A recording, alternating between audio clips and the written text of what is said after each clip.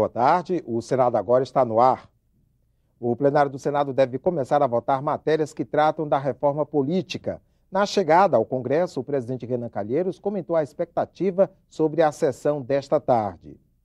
Nós vamos votar os pontos mais importantes da reforma política, sobretudo aquele que dificulta a coligação proporcional de partidos, e vamos avançar com relação a outros pontos. A reforma está andando muito bem, nós estamos tendo uma presença quase de 100% na comissão que está propondo as mudanças e as transformações, e a expectativa que nós temos é que nós possamos avançar.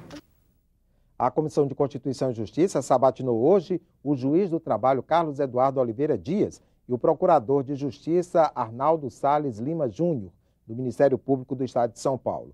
Os dois são indicados ao Conselho Nacional de Justiça. Os nomes ainda precisam ser aprovados pelo plenário. A Comissão de Assuntos Sociais realizou audiência pública sobre o projeto que trata da redução do horário de almoço dos trabalhadores. A proposta permite que acordo ou convenção coletiva reduza o intervalo para repouso ou alimentação dos empregados para menos de 1 hora.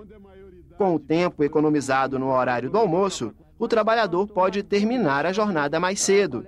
Hoje, a possibilidade de redução do intervalo já existe, mas só com autorização do Ministério do Trabalho. O meu pleito ou a minha sugestão nesse processo aqui, ou na mudança da lei, é de flexibilização.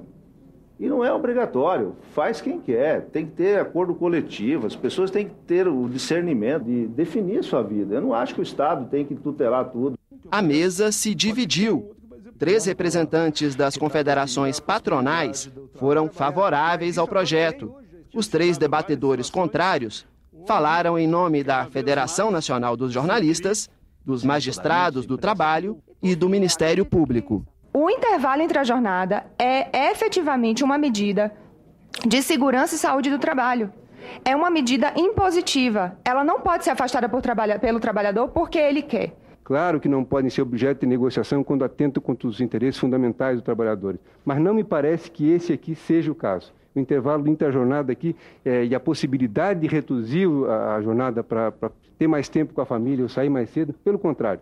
Eu acho que é uma coisa que tem que ser estimulada se for do interesse daqueles trabalhadores, e quem cabe verificar isso é o sindicato. Oxalá o movimento sindical tivesse toda a força que eu ouvi aqui ser colocado. Não tem, pessoal. O que protege eles é a lei. E a lei já é quase que flexível. A Comissão de Direitos Humanos debateu nesta quarta-feira a greve de professores e funcionários de instituições federais de ensino. Os servidores pedem 23,7% de reajuste salarial e mudanças no plano de carreira.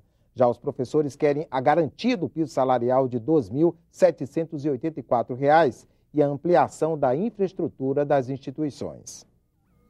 Funcionários e professores de instituições federais de ensino começaram a greve em maio. Segundo a federação que reúne os sindicatos de trabalhadores dessas instituições, a FASUBRA, servidores de 65 universidades e institutos federais estão em greve. Já os professores estão parados em 41 instituições.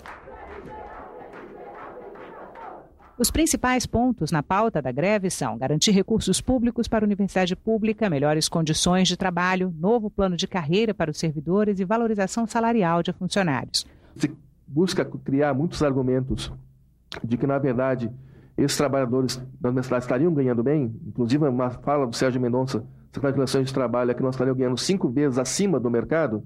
Bom, a nossa tabela salarial, que está em vigor atualmente, está aí no gráfico aí, nosso piso da nossa tabela é R$ 1.197, equivale exatamente um salário mínimo e meio. Se isso fosse 5 vezes acima do mercado, o mercado tinha que estar pagando salário mínimo de R$ 250. A gente não pode nem falar carreira, a gente tem um tabelão que, inclusive, de alguns níveis de progressão para o outro, a gente tem 0,0 de aumento. Alguns níveis de alguns estudos que a gente faz, a gente identifica 12 centavos de aumento. Nós estamos passando pela mais grave crise que a universidade pública brasileira já viveu. Está tendo um esforço por parte do governo e por parte de vários reitores de tentar mostrar que está tudo bem. Mas nós temos que ter a clareza, em primeiro lugar, que se a universidade não para pela greve, ela vai parar por inanição. A vice-presidente da Comissão de Educação, senadora Fátima Bezerra, defende que o governo negocie com os grevistas. Já foi colocada, inclusive, uma proposta na mesa no que diz respeito à questão do reajuste salarial, que vocês consideram insuficiente a proposta que foi apresentada. Então, Dilvo, trata-se agora exatamente de quê? De fazer um esforço para melhorar essa proposta. O programa de investimentos em logística, lançado em junho deste ano pela presidente Dilma Rousseff, busca parceiros na iniciativa privada. A Comissão de Infraestrutura ouviu em audiência pública o ministro-chefe da Secretaria dos Portos, Edinho Araújo, detalhou as expectativas do governo para o setor. 18 meses depois do lançamento da primeira etapa do Programa de Concessão dos Portos, o Tribunal de Contas da União ainda não havia dado sinal verde para a iniciativa do governo federal. Por esse motivo, o senador Wellington Fagundes solicitou uma audiência pública. Ao longo do processo em que os estudos vão sendo elaborados e são submetidos à audiência pública, o representante do TCU explicou que a demora ocorreu porque foram necessários estudos relativos às tarifas aplicadas nas concessões. O ministro-chefe da Secretaria dos Portos da Presidência da República apresentou um balanço das atividades no setor e fez uma previsão dos investimentos da segunda etapa, 37,4 bilhões de reais. Nós temos provocados na CEP, na ANTAC, 63 novos TUPs, que são os terminais de uso privado.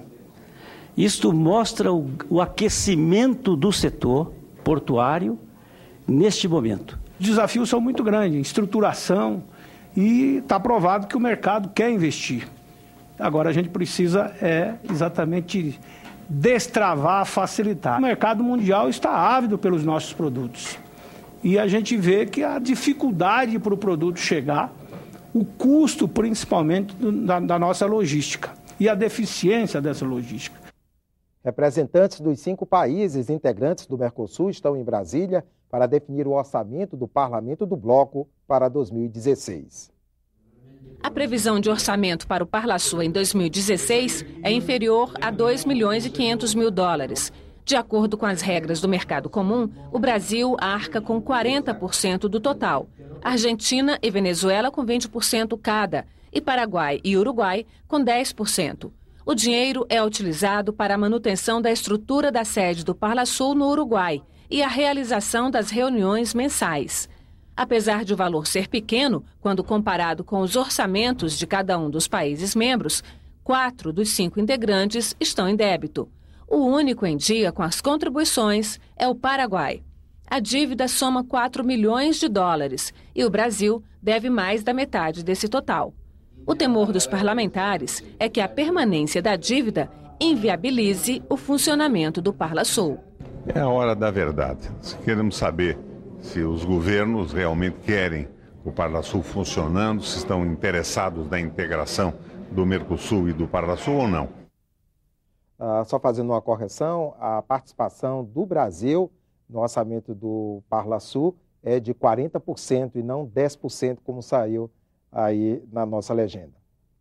Tomaram posse nesta quarta-feira os membros do Conselho de Comunicação Social do Congresso Nacional. Também foram eleitos o presidente e vice-presidente do colegiado.